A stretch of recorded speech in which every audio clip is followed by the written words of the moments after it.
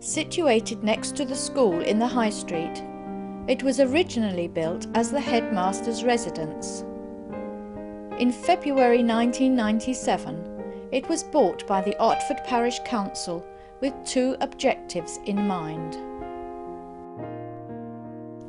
One was to build a heritage centre which would act as a focus for villagers and visitors who wished to know more about Otford's 2,000+ years of history, with permanent displays of documents, maps and locally found artefacts, as well as temporary displays involving local societies and individuals. Local wildlife and other conservation bodies would also be involved. The second objective was to provide the parish council with an accessible office for its clerk, a room for meetings of its committees, and storage for its records, and possibly to provide a cost-effective access to IT-based services for parishioners.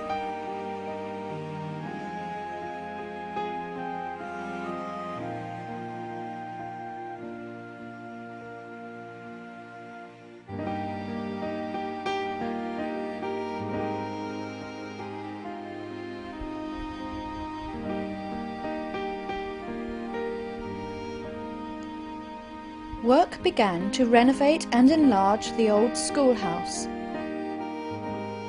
improving the facilities and providing an adequate kitchen, toilets, a meeting room and an office for the parish clerk on the ground floor.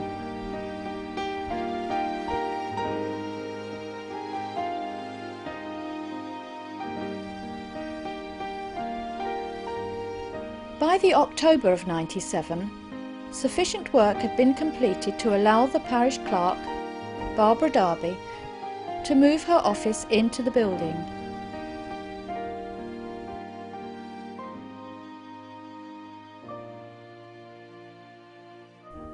Later, work started on the Heritage Centre, and a large ground floor room was built to the rear and side of the house. The disused well, which this now covered, was to become a feature within the heritage area.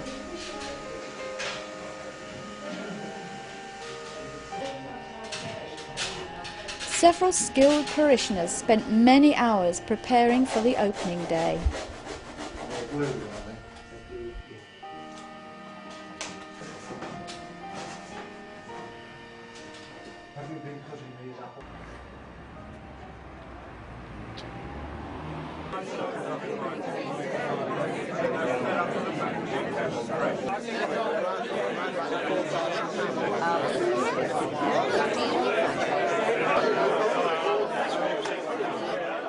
I'm sure there's no better person we could have found to invite to open this Heritage Centre, and so without more ado, I'd ask Lord Wetherall to do just that. Thank you very much.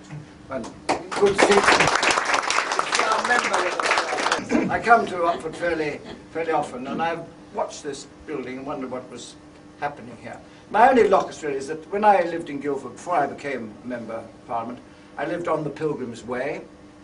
Then when I became Member of Parliament for Croydon, I discovered that we had Old Palace in Croydon, which was, I suppose, the next place in which the Archbishop would come from Otford to Croydon, then up to London. We have 6 archbishops buried in our parish church in Croydon. And generally speaking, this is a very historic place. Terribly interesting to find out the history of the places in which one lives.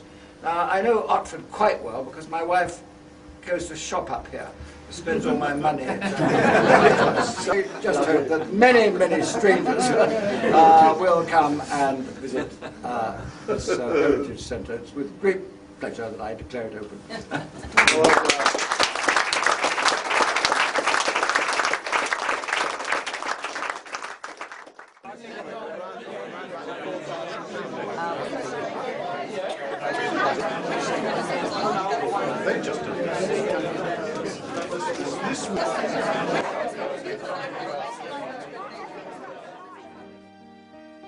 With the excellent builders and team of volunteers, We have had our own changing rooms right here in our village.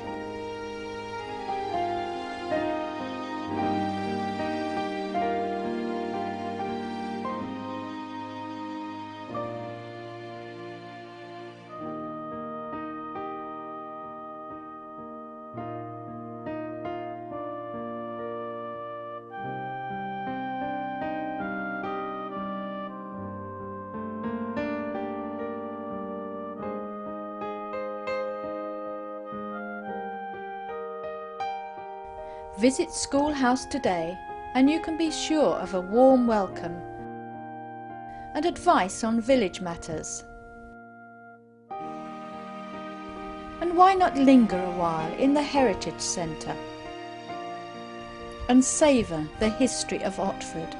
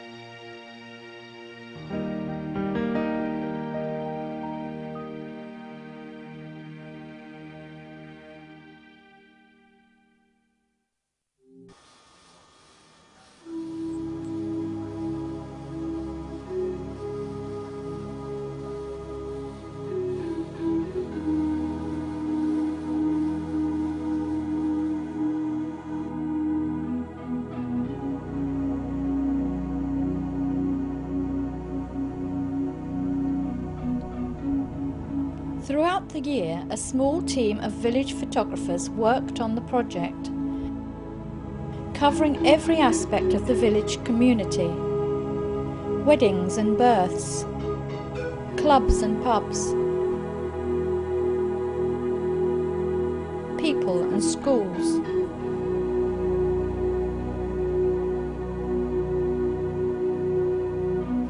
Businesses and shops.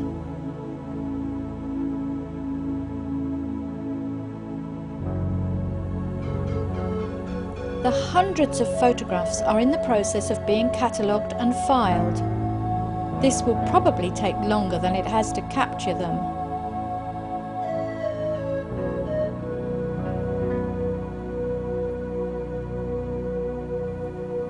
But it is hoped that eventually they will be computerized to preserve them for posterity, and that they will be available for viewing at the Heritage Centre or Parish Office.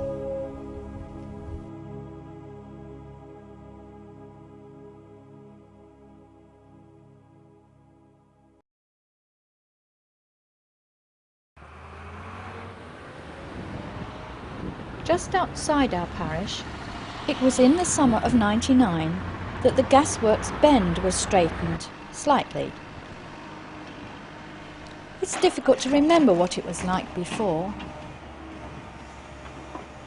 but I'm sure you'll remember those endless traffic jams.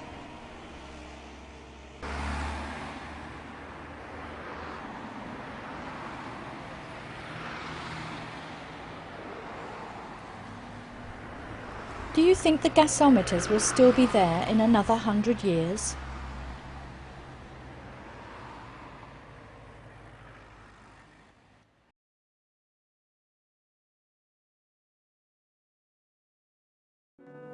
Maybe it's because I'm a Londoner that I think of her wherever I go. From Old London, ladies and gentlemen, please welcome the Good Companions.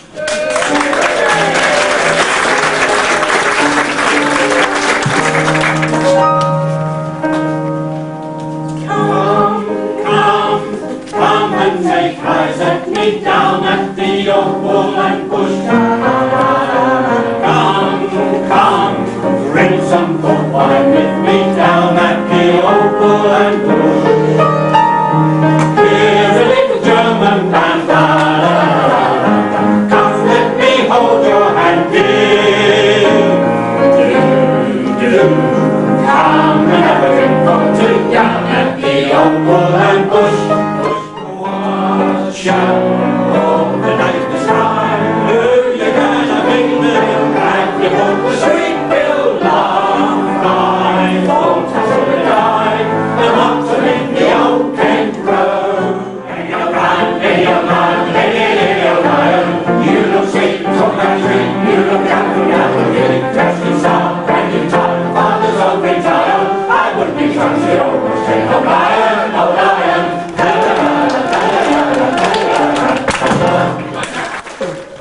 welcome the charming chanteurs whose coy demeanour belies their bellicose ambitions to place their feminine gender to the forefront of the political spectrum. In short, ladies and gentlemen, girl power personified with the suffragettes.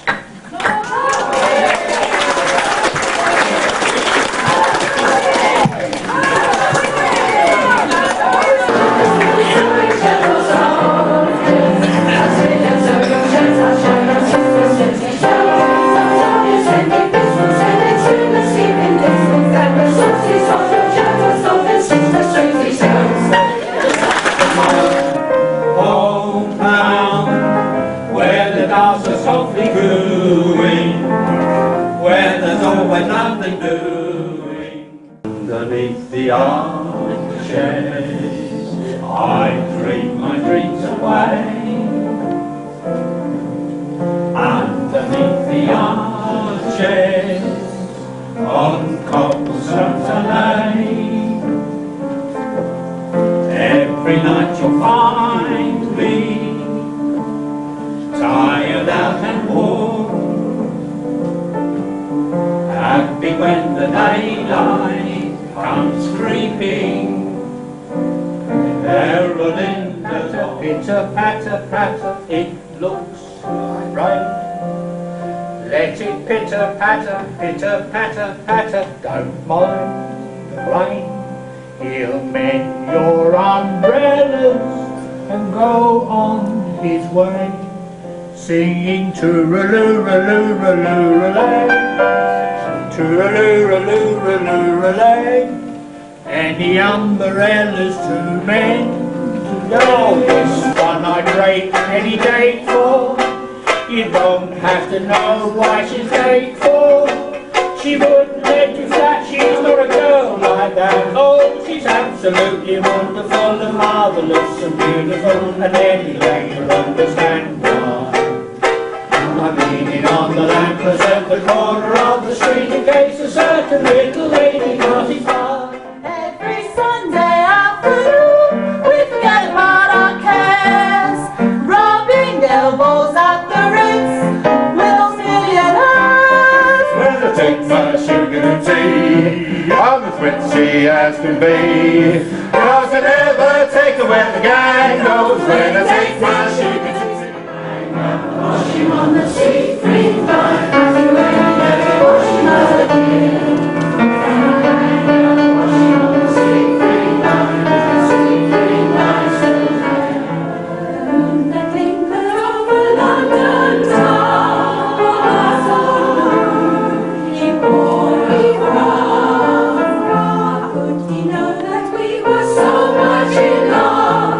The whole wide world seemed upside down.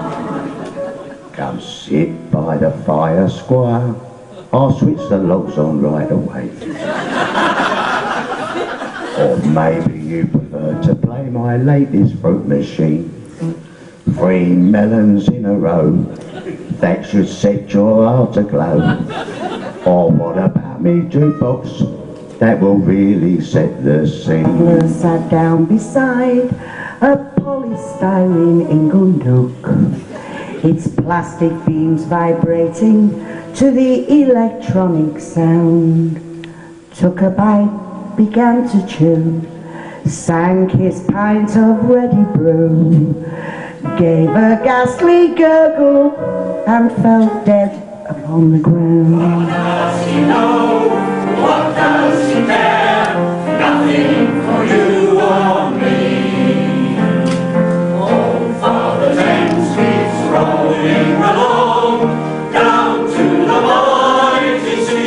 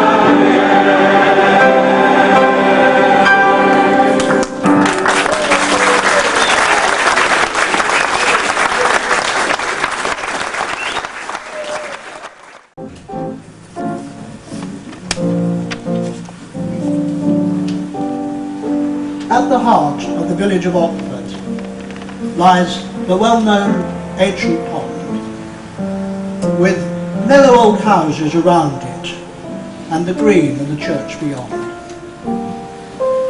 Time was when children could play there without fear of traffic's harm, and the dairy herd up from the meadow would plod round onto Hilldrop Farm. Now, thousands of cars speed past it, lorries and HGVs too. Can a pond meant for fishes and horses see another few centuries through? What's the use of a pond, you might think, if it gets in modern life's way? Best fill it in for cost saving. Now the automobile holds sway. But think of the symbols of England. Can a pond, reflecting the sky, speak silently of history, of glorious years gone by? The names on the village memorial grey, some familiar, but all with a bond to a place they in memory took with them. A village in Kent with a pond.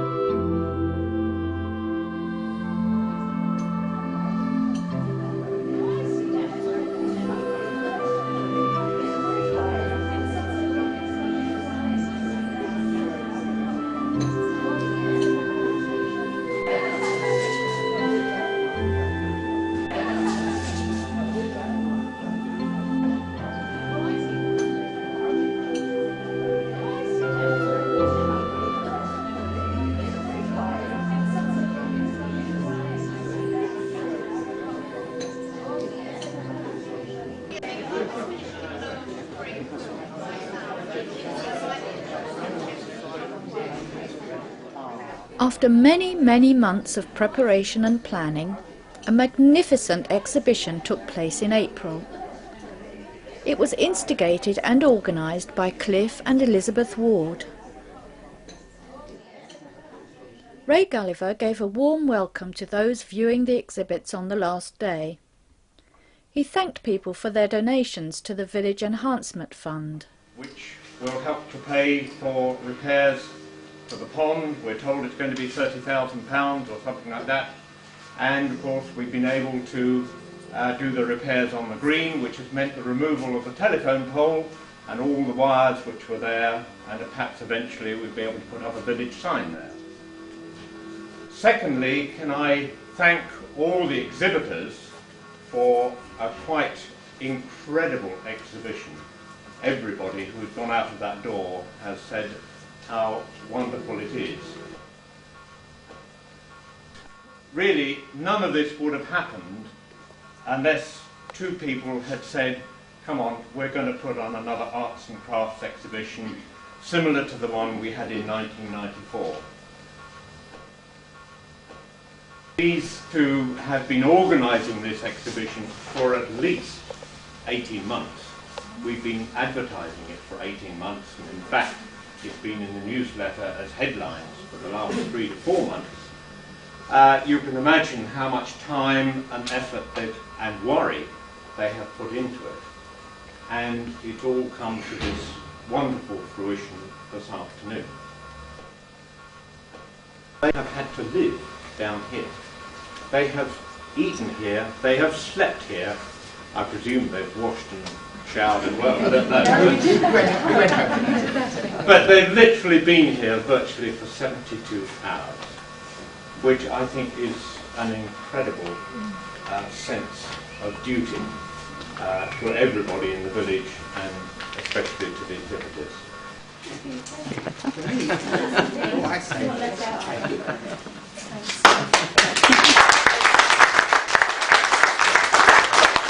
Can I just say that it wouldn't have been a success first of all, if we hadn't all been given a God-given talent to actually have the things to show, and then it wouldn't have been a success if we hadn't had a wonderful team of helpers to have made the burden of this less heavy. I mean, it really has been absolutely outstanding the way everybody's backed us right the way through. And it's been a privilege to sleep here and enjoy everybody's exhibits in peace and tranquility. I've learnt an awful lot by just wandering around every evening and thinking, ah, that's how it's done. And isn't that stitch work wonderful? So thank you everybody that has exhibited as well. And who can say in their holiday home they have sculptures like these and everything else as well. Thank you so much.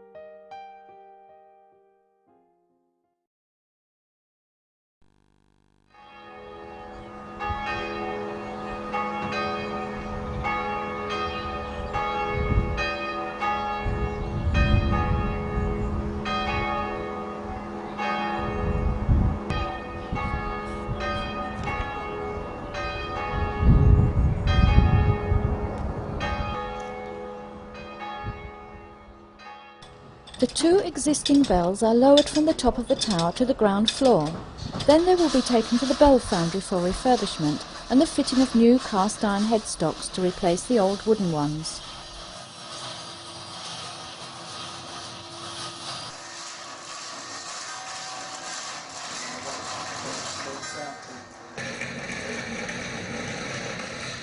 Well done.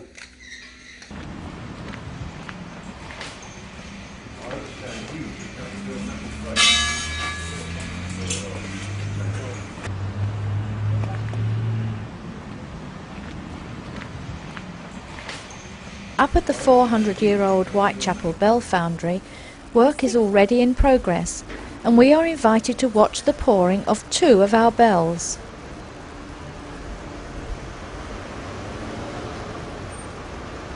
That's how they broke the American Liberty Bell.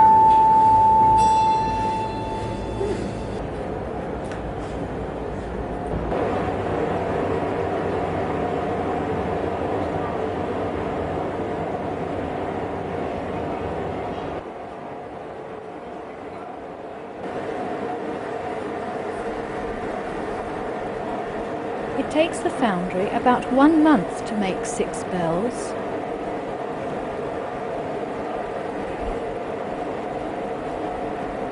Using a loam made up of London clay, brick dust, Mansfield sand, goat's hair and horse manure, curved bricks are formed into the inside core shape. The outer mould is formed in a cast iron moulding case. The surfaces are carefully smoothed with curved moulding gauges or strickles.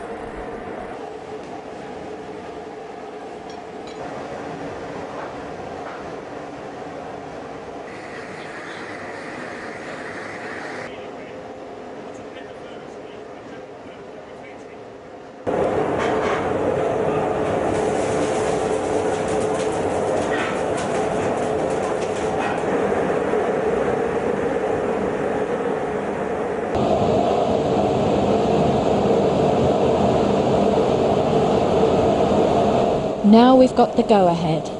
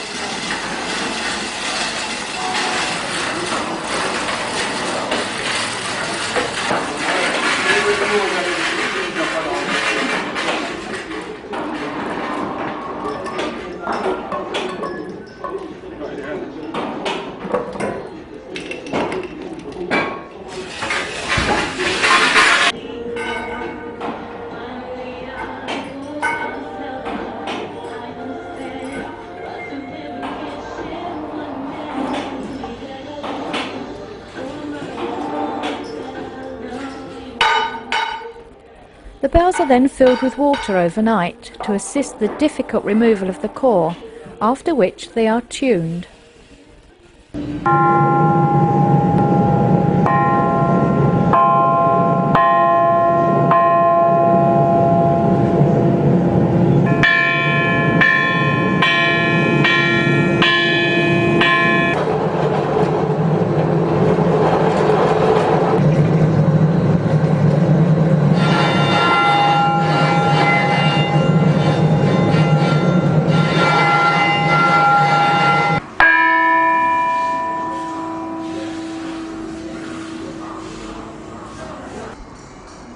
The tuned bell is taken to the engineering shop, where the headstock is fitted, ready for delivery.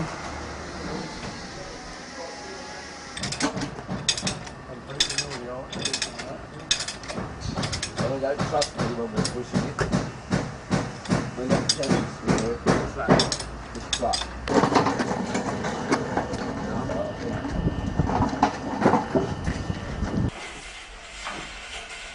The lightest bell, the treble, is lifted up into the belfry.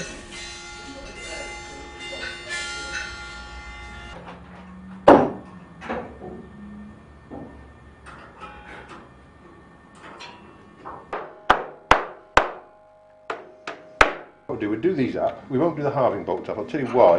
When we come to put these braces on, you might need a little latitude, yeah.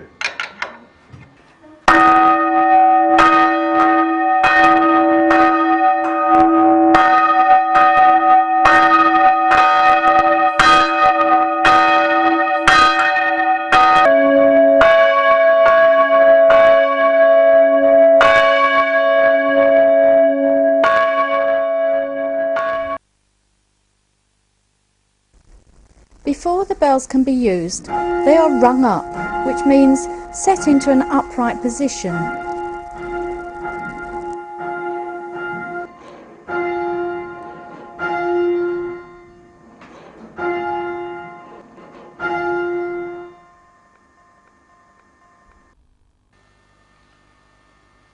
Almighty God, we ask you to accept this offering at our hands.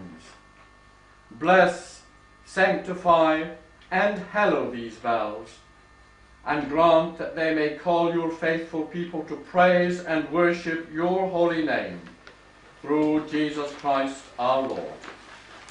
Amen. Then shall the bells ring out. Look to, Treble's going, she's gone.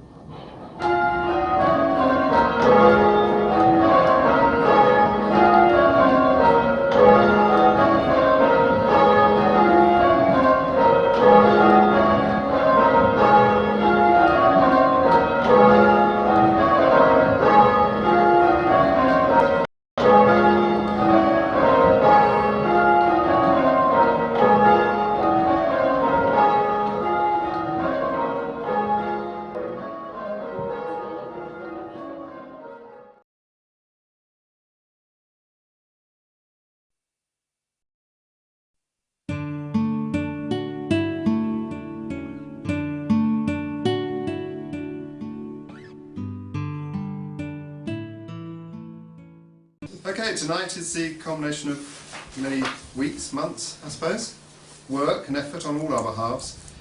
And I really will go ahead and show you the design. I've made this printed matter, which just explains everything in a chronological sequence across the work.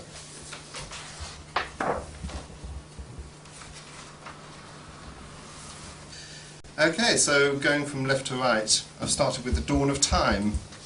Very good place to start. And as we discussed in our last meeting, I've got a living dinosaur coming out of a fossil. In the background here we have the geological strata of the region and early man napping flints. And then to the sort of border you can see things that relate all the way across the work. The border relates to the activities or the era as we get to the present day. So we have fossils and flints and Bronze Age things and mosaic from These are actually mosaics from Lunningstone. I went down there a couple of weeks ago, have a look at it. A sort of Boadicea character to sort of symbolise early Britain, and early Briton, as it were. Anglo-Saxon wheel bosses and bridle bits. Then we get up to our battle scene, and this is depicting two battles. The Offa, King of Mercia and Aldic, King of Kent. And in the background here I've put another battle, which is Edmund Ironside and King Canute. And then we can have our river running with blood, which is always quite fun. Yeah. We've got a few bones and booty, because in the King Canute battle they fought for booty, so there's some booty going around here. And of course everything's dated as we go along as well, so we've got a good chronology working. Okay, moving on into part 3, as it were. Thomas à Becket and his miracles. Here I've got the miracle of the singing nightingales we discussed at the last meeting. Here they are singing up above, and here they are on their backs down below.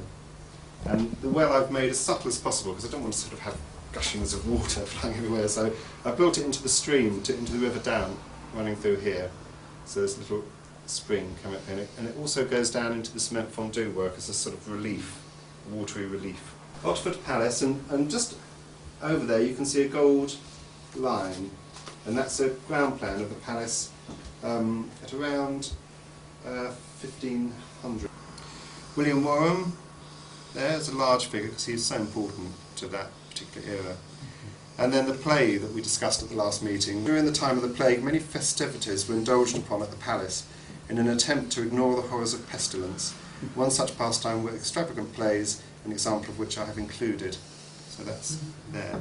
I put this early sort of cricketer in with his sort of early bat. Scene of Otford High Street, circa approximately Victorian group, standing there. A little register of Otford's births, which is quite an important one, of about 1660. The map that I was going to overlay from the late 18th century, I've put as a cement fondue map at the bottom here. Representation of hops, which of course is very important local industry, but also very important because you could only drink beer really at this particular period. You couldn't really drink the water unless you wanted to end up like just like that here. And then something to sort of stop that, which changed everything really for the whole community, which is the coming of the trains.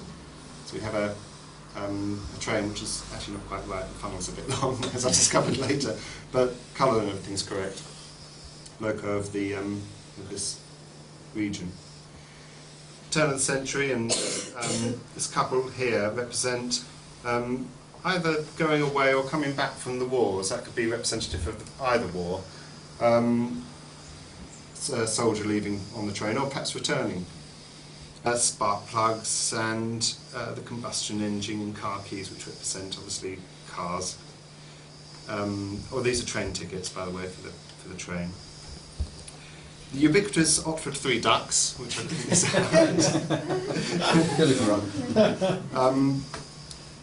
where have we got to?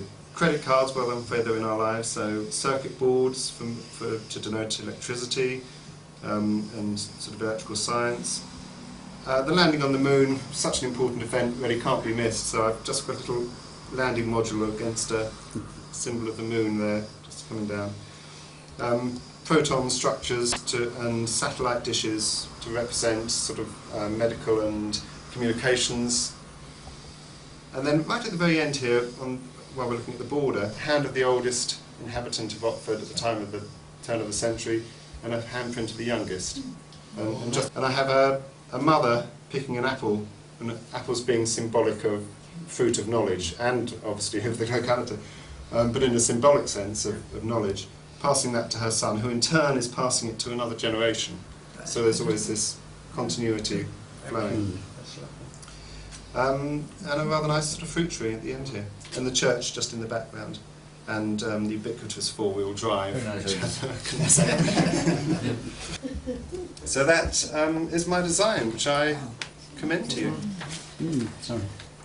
My first impressions, it's really excellent. I mean, we've absorbed lots and lots of information and consolidated and refined it. And I do like this. I do like that very much. Yes, it's a nice idea. It's a very good idea. Yes. It's splendid.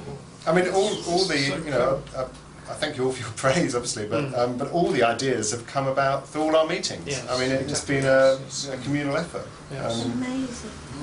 Well, I think if we don't get this put up, it'd be a great loss. Well, let's say the objective of the educational programme would be to use the mosaic to foster a sense of belonging, a sense of pride by the children in their village, and also to enable them to have some broad understanding of the village's history, its geology, its natural history and so on, because all those things have been encapsulated by all the experts we pulled together. The villagers were approached and the mosaic project was discussed in detail, from the size of it and colouring of the tiles to its final position in the village. Their approval was given, so Oliver was asked to proceed with the commission, and he started work at his studio in Goudhurst.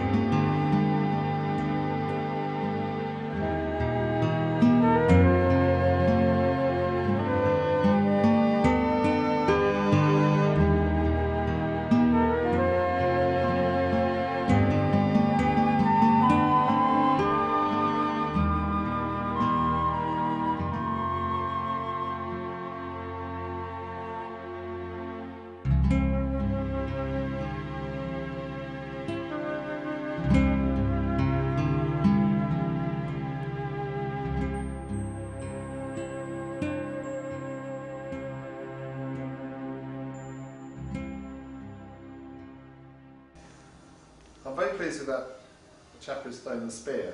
And the Oliver encouraged the local schools to take an interest. My name's Oliver Budd, and I'm an artist, and I've been commissioned to design and make a mosaic for Otford Town, for Otford Village, High Street, which is going to hopefully go on the, is it the church hall?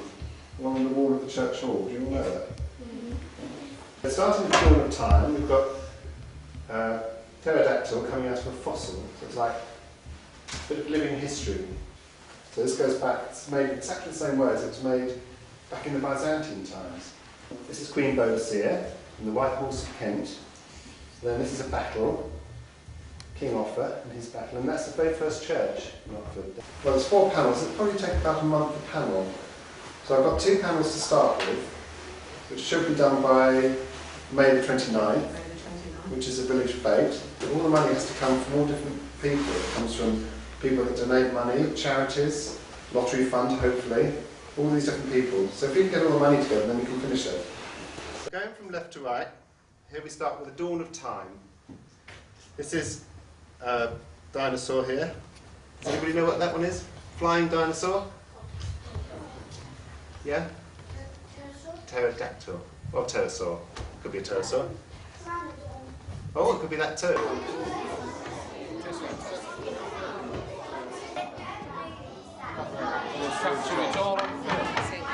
Health and safety. Well, some of these things are actually in there. So there are things like little bosses, little glass bosses from horse Well, I'm not a kind of typical artist really. I work in a material called mosaic. Does anybody know what mosaic is? Yes, you. It's where you chop pieces of paper or tie it up into small bits and pieces to make a picture. That's correct, well done. But the really exciting thing for you, and for me, is that we're doing a mosaic that's going to go into your village. And it's going to be somewhere in the high street. All these lovely colour bits here, all the colour bits are going to be made in mosaic. Now the mosaic is that material there, beautiful colours. That's all glass mosaic from Venice. Bishop's Palace at Otford. Who can tell me who the very famous bishop was who was killed in Canterbury Cathedral? Archbishop, sorry. The Archbishop of Canterbury. That's right. Do you know his name? The one who was murdered? It's called Thomas à Becket. The people who are hoping to put this mosaic there want to do it for a particular purpose, which you mentioned. It is to mark this particular year 2000, and it's intended to be a beautiful work of art showing the history of our village in an artistic form that you can all enjoy now, and that lots and lots of children coming to this school for many years to come will all be able to see it and enjoy it and think that's what the people of Otford put there so we could remember this particular year.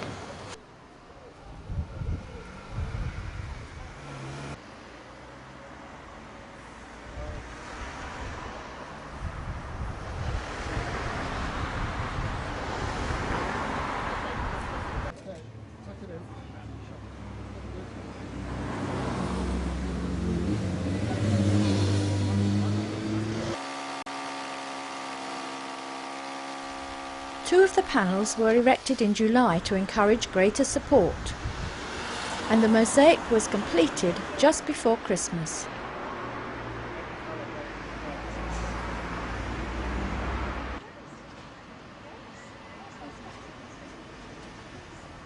There you go.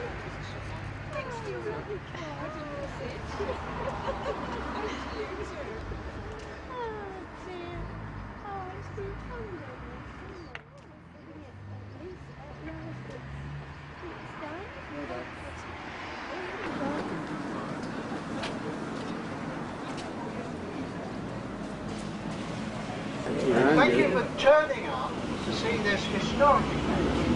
I can't tell you how happy the Otford Society is that we have finally arrived at the finish line.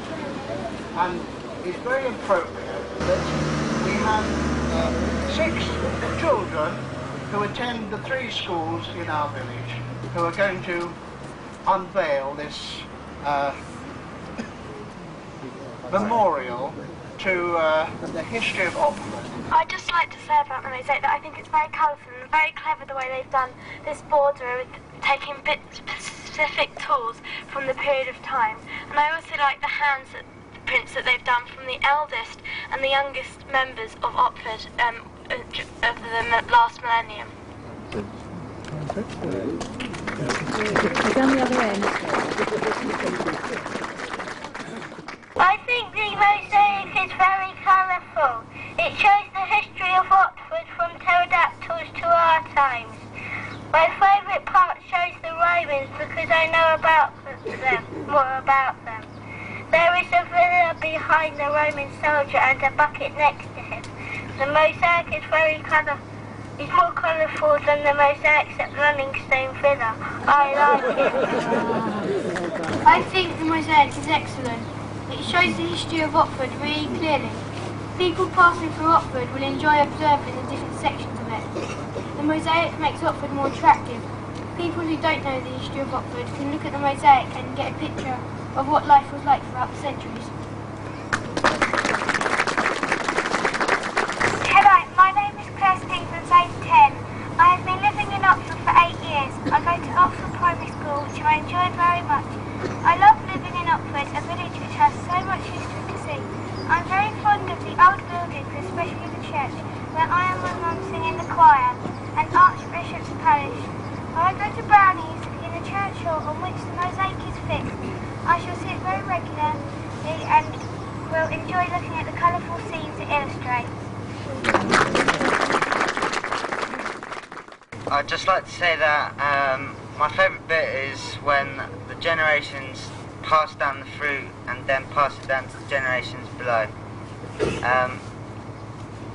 The mosaic also represents tiny of thousands of pieces come together to form one big and colourful thing as a community, and it also will last for generations to come.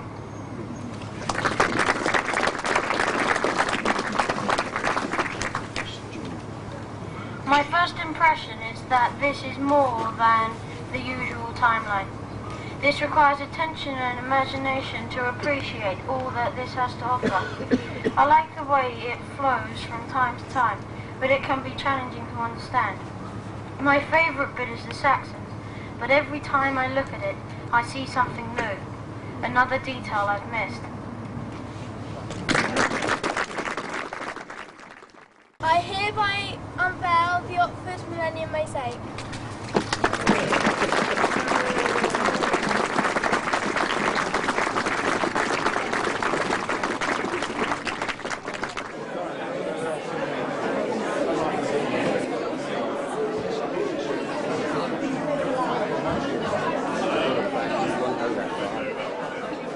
Now, the history of this undertaking from its start as a village map through to its involvement as a Millennium event is one of community participation.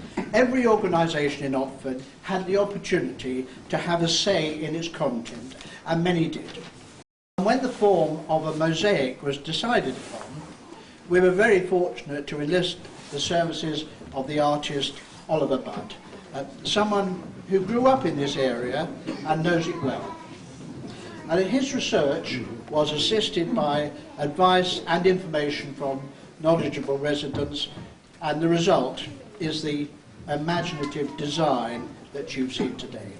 A reminder to succeeding generations that we have celebrated this special moment, but a reminder especially for children of our roots in the past. A work of art to stimulate community awareness and civic pride, and we can only hope that it will contribute to these objectives. And it's very appropriate that on a new beginning to a new century that the children should have taken part in this ceremony. We have a small gift for each of them, and our MP, Michael Fallon, who's here, is going to present these to the children. Well, could I just say, Ken, to repeat to you how moving I thought today's occasion was, and particularly the choice of the children to do it. The new millennium does belong to our children. With our advice, our encouragement, it is now for them to take this village and this community forward. Therefore, I have very great pleasure in presenting these little gifts. First of all, to Sophie Billings.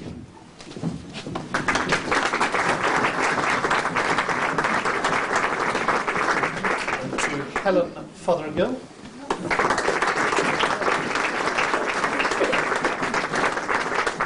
To William Hayes.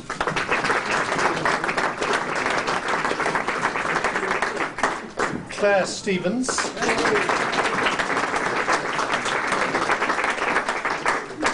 Martin Taplin. And finally to Graham Webb. Now, those of you who saw our little presentation at the Fete will remember that we had a draw there for a personalised plaque. And by chance, it was won by Peter Venables, who is, fortunately, Secretary of the Parochial Church Council.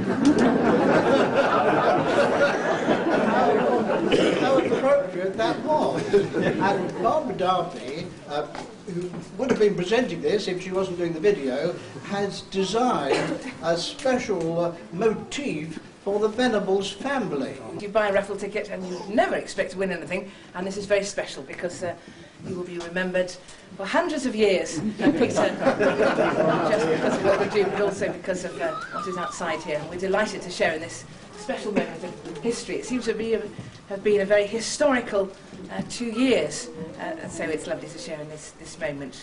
Thank you.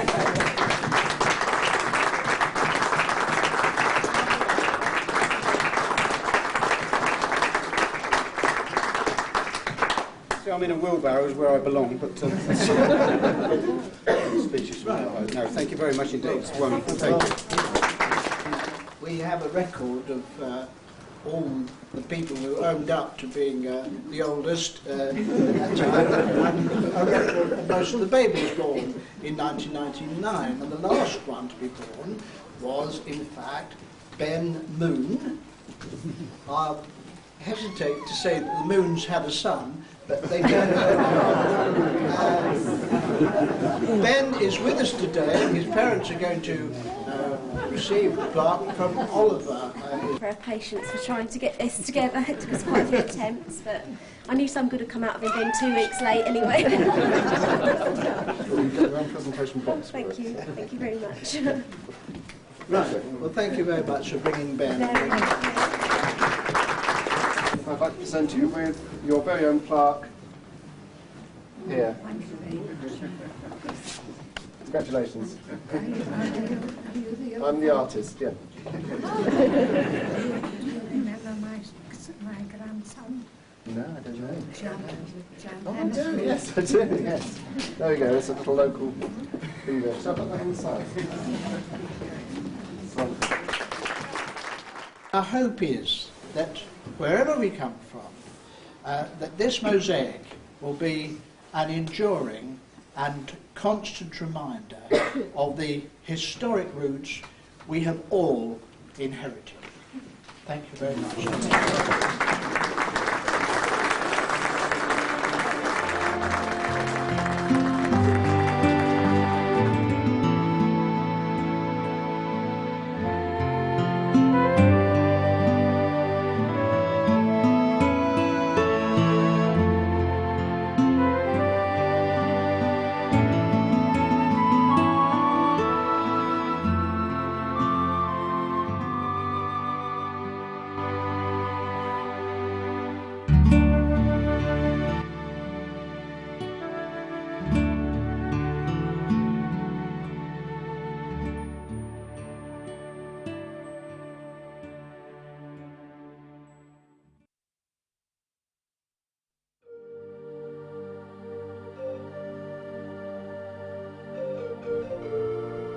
These 11 designs were submitted by villagers to be considered for the village sign.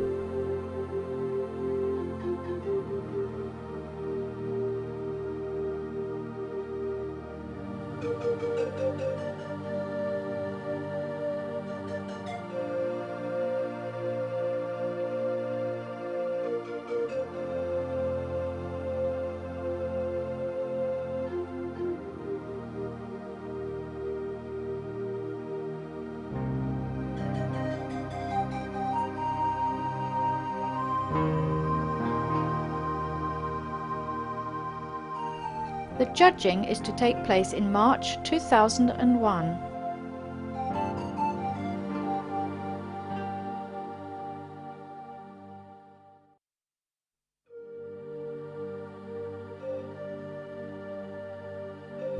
September 2000 was the beginning of a very wet winter.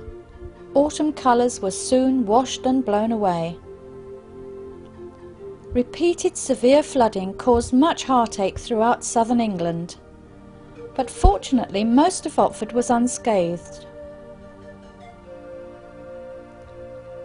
Year 2001 started in much the same way, and we have to wonder, is this the pattern for the future?